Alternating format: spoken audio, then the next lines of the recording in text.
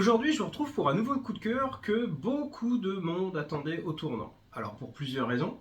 Déjà parce qu'il s'agit d'un scénariste qui a fait plusieurs fois ses preuves. Deuxièmement parce que la période a déjà fait des romans hors normes.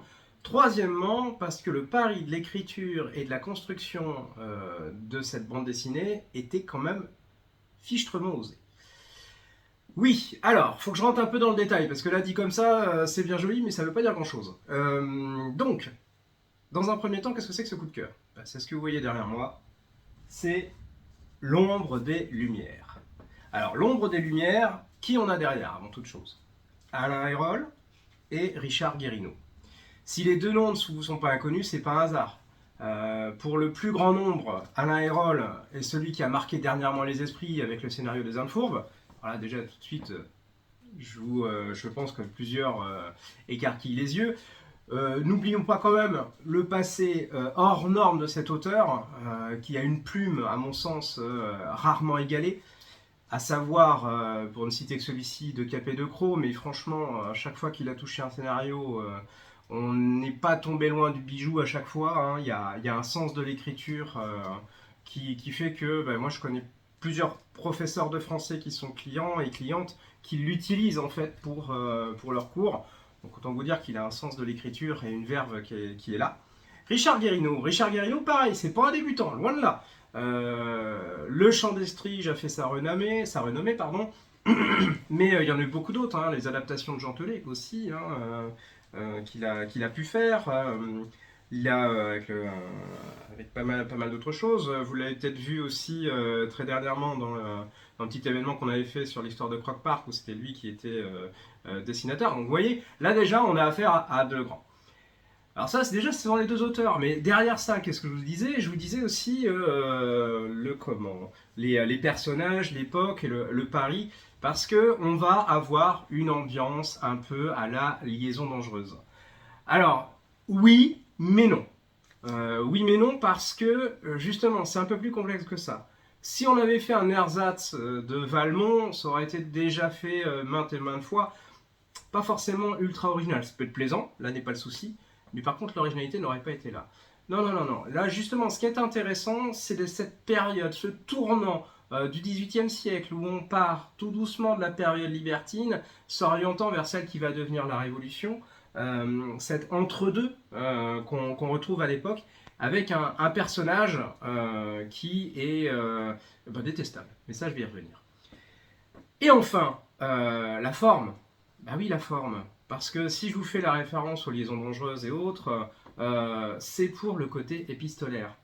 Et oui, alors, rassurez-vous, hein, on va pas voir des lettres, mais la construction est faite par rapport à des lettres. Voilà, donc là déjà je vous plante le décor, doutez bien là déjà que c'est très très riche.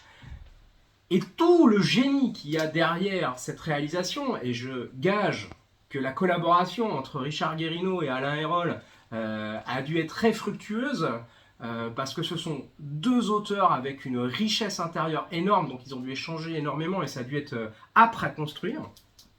C'est une série qui soit a priori en 3 tomes. Donc, on va en découvrir un petit peu plus sur ce personnage. Alors, je vous explique. Donc, côté épistolaire, etc. On a, avant tout, l'histoire d'un homme. Un homme un peu hors norme, parce que ce personnage, le chevalier Justin Fleury de Saint-Sauveur, est tout sauf quelqu'un de recommandable. Libertin, sans foi ni loi, profitant de tout le monde, de la vie et autres, s'amusant à traîner dans la boue qui peut succomber à ses charmes, s'amusant à aimer, mais sans aimer. Donc vraiment le genre de personnage, enfin tout ce qui fait de l'image de l'homme ce qu'il y a de plus décadent, pour être clair. C'est notre personnage, c'est notre héros. Vous allez adorer les tester. Ce personnage est vraiment odieux. Et là où ça devient génial, c'est que les auteurs ont transposé ces histoires-là à partir de lettres. Lettres supposément existantes, alors c'est là que tout le génie des rôles, parce que à chaque instant, vous vous poserez la question: réalité ou fiction. Toujours très doué pour jouer sur ces tableaux, ces tableaux-là, pardon, oserais-je dire maître et rôle. Vous retrouverez les lettres, en tout cas les époques, les destinations et les points de vue qui s'entremêlent. Tout ça autour de ce personnage qui ne cherche au départ, vous allez dire, qu'à séduire une jeune femme dont la vertu est de mise, elle est clairement au-dessus du lot. En plus, une jeune femme éclairée, ce qui à l'époque lui vaut quelques problèmes, mais bon, son mari lui laisse plus ou moins de comment, un peu de liberté, on va dire ça comme ça, même si la façon de le dire me choque un peu, mais voilà.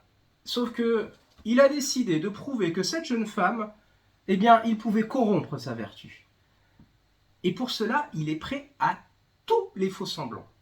Cet homme est prêt à tout pour avilir n'importe qui, le faire tomber, etc. Mais ça vaut pour les femmes, ça vaut aussi pour les rapports qu'il a avec les autres. Car ce personnage est prêt à toutes les vilainies. C'est pas un hasard si le tome 1, le sous-titre en fait, c'est l'ennemi du genre humain. Eh bien, genre humain, donc pas que les femmes, les hommes aussi, puisque il passe par les femmes pour toucher les hommes, par certaines fois ça, par les femmes juste pour en profiter, mais il cherche avant tout son propre bénéfice, et il n'est que vice, ce personnage. Il n'est que vice, il n'est qu'égoïsme, il n'est que profit pour lui-même. C'est tout ça qu'on va suivre. Ce qui est intéressant, c'est par où nous mènent aussi nos deux auteurs, savoir où est-ce qu'ils vont nous mener, parce que la question étant de savoir, mais qu'est-ce qui se cache aussi derrière tout ça ce personnage, à force de se faire autant d'ennemis, autant vous dire qu'il risque cher, surtout à une époque qui va le mener à la Révolution française. Parce que, soyons clairs, nous sommes en 1745. Donc, dans 40 ans, la Révolution tombe, l'homme en question pourrait très bien en faire les frais, puisque le déchaînement de violence qui va se poursuivre à cette époque-là, il a beau être, il a deux défis, il est noble, et en plus, il est, en gros, il est détesté par tout le monde. Donc déjà, ça part très très mal. Et je vous disais, ce petit personnage est quand même un peu hors norme, parce que si ça avait été un Valmont, on aurait pu encore comment, on va dire, il pourrait encore jouer sur la séduction, mais la séduction, il la laisse tomber une fois qu'il a eu ce qu'il veut. Donc il a un côté un peu plus Don Juan machiavélique. Et voilà, c'est toute la composition de ce personnage. Qu'est-ce qu'il est réellement? Est-ce qu'il utilise vraiment les autres? Est-ce qu'il a un but? Qu'est-ce qui se cache derrière et se fomente derrière tout ça? Jusqu'où va-t-il aller? Et quel prix risque-t-il d'en payer? D'ailleurs, est-ce qu'il s'en soucie? C'est tout ce qu'on va découvrir dans l'ombre des Lumières. Siècle des Lumières, mais justement avec tout le vice qui s'y cachait, justement derrière cette lumière éclatante, toute l'image d'une certaine noblesse, pas toute, mais une certaine noblesse qui était ultra décadente, qui explique aussi une partie de ce qui est advenu après. C'est toute la lumière justement que jettent nos deux auteurs sur l'ombre et la décadence qui se cachait à cette époque. Donc c'est vraiment grandiloquent, c'est très bien mené. En plus, les fils, on sent qu'ils nous préparent quelque chose. On sent que derrière, il y a quelque chose qui se trame. La grande question, c'est où est-ce qu'il va nous mener? Parce que eh bien, les auteurs sont très doués pour nous mettre sur des fausses pistes, jouer avec les faux semblants. Donc on est spectateur d'une situation, en sachant qu'historiquement, elle va nous mener quelque part. Mais la question est de savoir quels protagonistes vont avoir quel rôle à jouer, de quelle façon, et surtout qui va tirer les marrons du feu. C'est tout ça qu'on va découvrir avec l'ombre des Lumières. Donc vous aurez compris, c'est riche, c'est dense, on prend plaisir au dessin en plus. Je rajouterai que pour ceux qui veulent aller de façon encore plus pointue, il y a une version noir et blanc,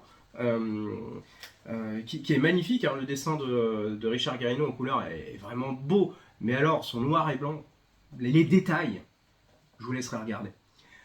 Voilà, je pourrais encore en parler des heures. Il y a de quoi faire, hein, parce que là, on est sur de la grande écriture et du grand dessin. Mais maintenant, je vais vous laisser le découvrir. Si vous avez besoin de plus de détails, vous savez où nous trouver. N'hésitez pas à venir le voir. De toute façon, vous allez en entendre parler, forcément. parce que ça faisait très longtemps que quelqu'un n'avait pas osé toucher à cette période et à ce thème. Et franchement, je vais le dire de façon grossière, c'est très casse-gueule, parce qu'il y a beaucoup de choses qui ont été faites, domaine de la séduction, tout ça. Mais là, pour l'instant, c'est mené avec finesse, et je ne doute pas que ça sera pas loin d'être parfait jusqu'au 3e tour.